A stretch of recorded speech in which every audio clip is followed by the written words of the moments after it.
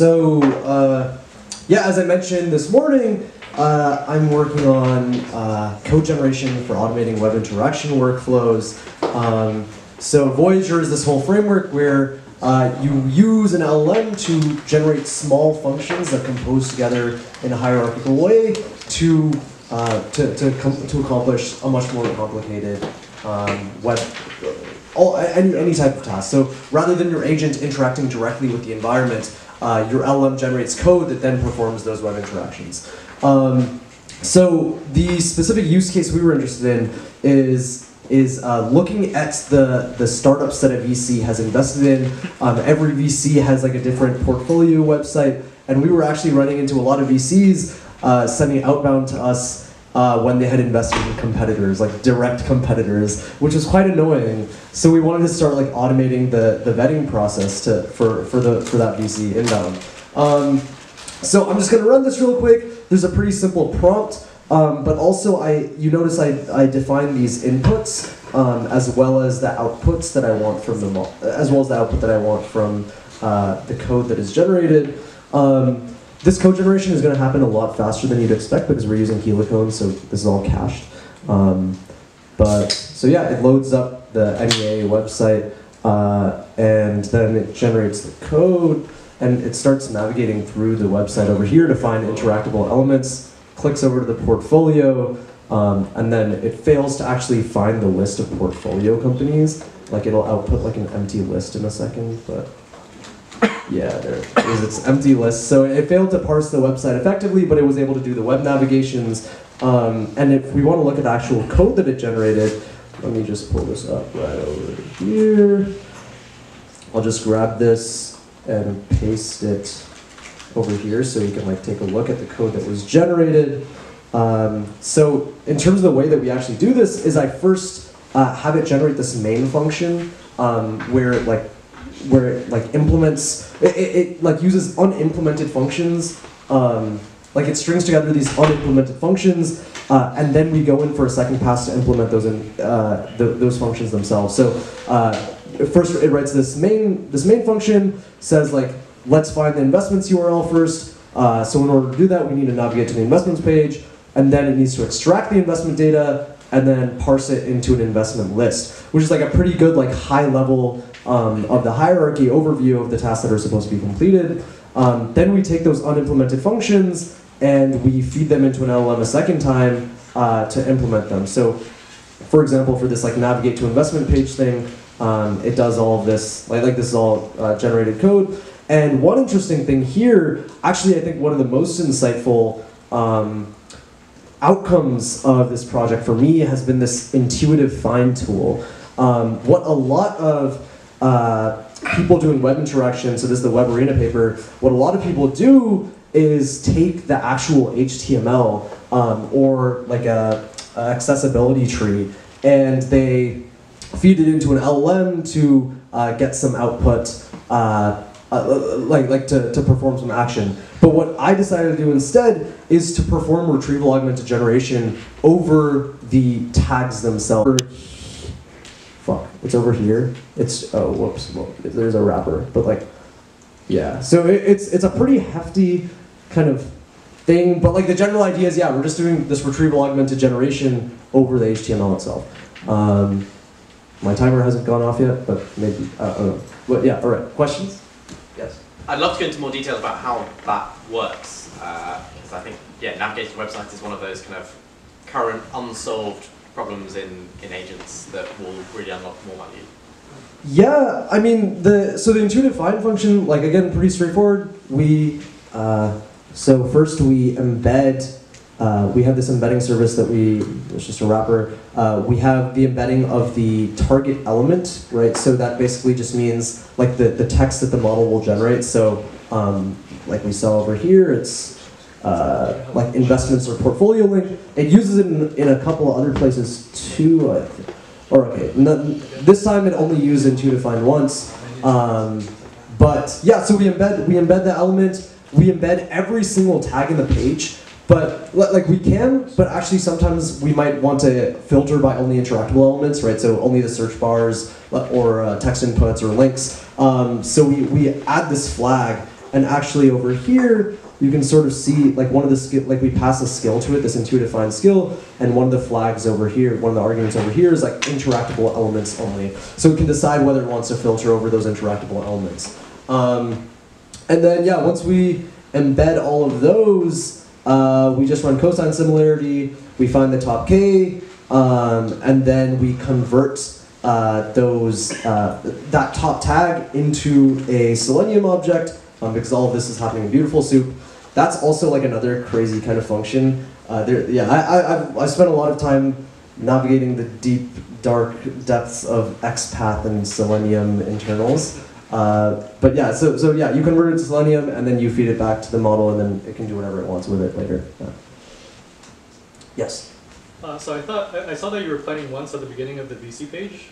Is there a downside to replanning after each click or a few clicks? Like reloading? Like writing code again after seeing new web pages? Seeing new HTML? No, so actually the model has zero access to the actual HTML of the page right now. So it is a very strong ideological kind of take, right? So like everyone that does web interaction is doing stuff like this where they're feeding the HTML to the model. But sort of my take is that HTML is crazy, even humans can't deal with it, so how can you expect these models to be able to handle it effectively? You said you're doing RAG, so why not do RAG at the next? RAG at a higher level? No, click and then RAG and then click and then RAG. Oh, that is what we're doing. So we're doing RAG only when the model makes a call to intuitive find, right? So that intuitive find function. Or sorry, I meant click, write code, then RAG. Click, oh, RAG. I see. Sorry. It's very nuanced. Potentially, yeah. I mean, I'll have to think about that longer. But the goal, I guess, is to create a piece of code that can be scaled across 1,000 websites and should be sort of agnostic to an individual website, more or less. And it should be able to capture those edge cases without having to rely on the individual website itself.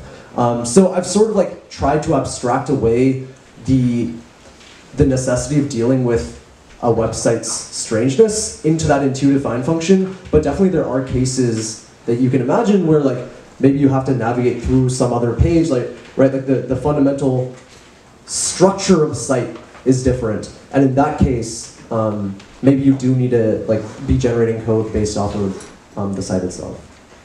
So are you caching that code? Yes. So this all goes into a skill library over here. Yeah, there's some code for that. But okay, thanks. Yeah. When you ask question lineage of time, do you think it's time to revisit whether it's feasible to use regular expressions to parse HTML together with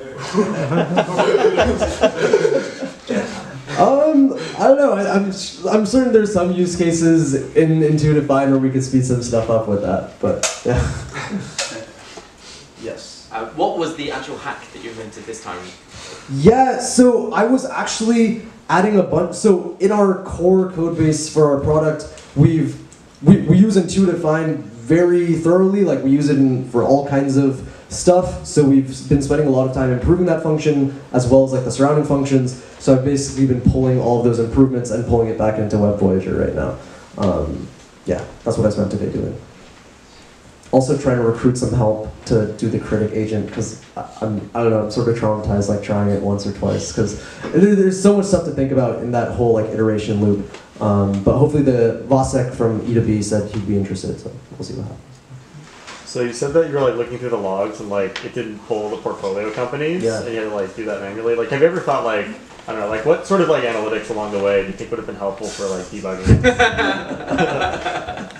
I wish there was a tool to evaluate our agents, but unfortunately, I don't know. You'll have to come up with something for me. Okay, memes aside though, what sort of flags do you think that when you're doing this, I wish I had this specifically to tell me that I was going wrong?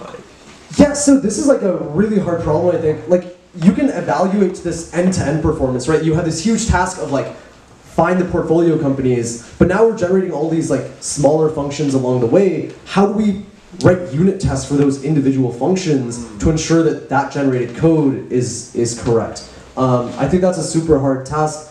And maybe there's a way that we could like auto-generate tests and it works, but I think that would help performance a lot, even from a critic agent perspective, because if we can get useful criticism, useful feedback from the environment on what went wrong, then like the code generation performance will improve significantly as well.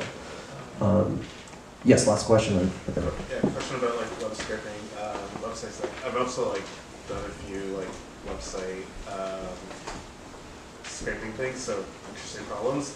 And like every website's different. There's like absolute positioning, like all sorts of random things, and like even WebGL maybe, and like hard to interpret better website. So is there maybe a different way to, I guess, transform the HTML to different markup language, and then use that to infer the information, as opposed to like just relying on the HTML structure itself? So the Web Arena people actually do try something along these lines, but my senior thesis was actually on vision language stuff. So I've been trying some experiments with like this, like basically like feeding a screen. So the problem is like you feed. Marco was actually showing me some like GP4. Like he's like, look at this, it can do web interaction, and he was like, oh, like find the search bar, and it's like, oh, the search bar is over there, blah blah blah, whatever. But like you can tell, like GPT-4 can tell me like, oh, that's the search bar, like I see it, and these are all the details about it, but that doesn't actually give me the ability to go and click on it. In order to click on it, you need to have like pixel values. And that's a lot harder. The like models aren't trained to understand where a pixel is in an image. So like I've been like playing around with fine-tuning models to like do this kind of like grid, like putting a grid on it, and then like basically fine-tuning it to be like, where's the search bar? And it should be like 1600, 900. But like they're terrible at it. Like I was fine-tuning edifix 80. Actually, no, I was fine-tuning the smaller edifix that came out last week or 2 weeks ago, and it's not doing too great. But yeah, I think HTML aside, like vision is the way humans interact with web pages. So ultimately, that's the way it should be that models do it too. Cool. I should probably find me after I've taken up a lot of time. Thank you though.